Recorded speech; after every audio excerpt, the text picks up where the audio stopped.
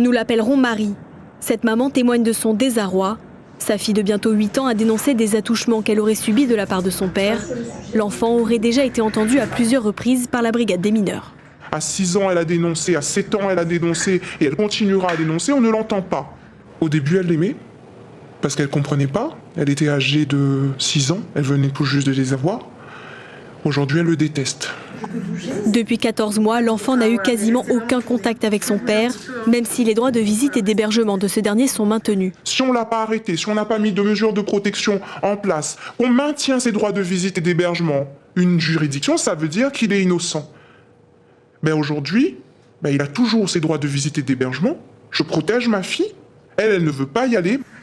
Une enquête concernant les faits dénoncés par l'enfant serait entre les mains de la gendarmerie de Saint-Benoît. Le père, lui, aurait porté plainte contre Marie, car celle-ci refuse de lui confier sa fille.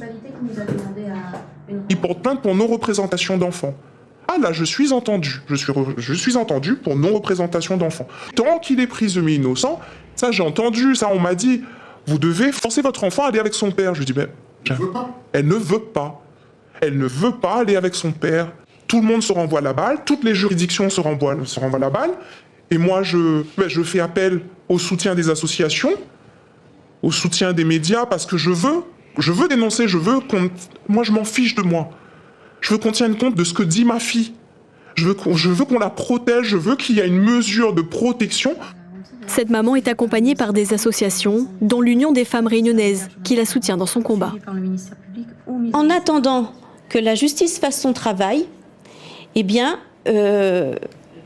nous risquons de voir une enfant remise par la force à cet homme-là, dont on ne sait toujours pas si il est véritablement dangereux ou pas, puisque nous n'avons pas d'éléments. Il nous manque encore une étape dans la procédure. Et tant que cette étape n'est pas franchie, il n'y a pas de protection possible. Nous avons des enfants qui dénoncent des faits de violence qu'ils ont subis. Et très souvent, on détourne le regard pour aller se focaliser sur un conflit des parents.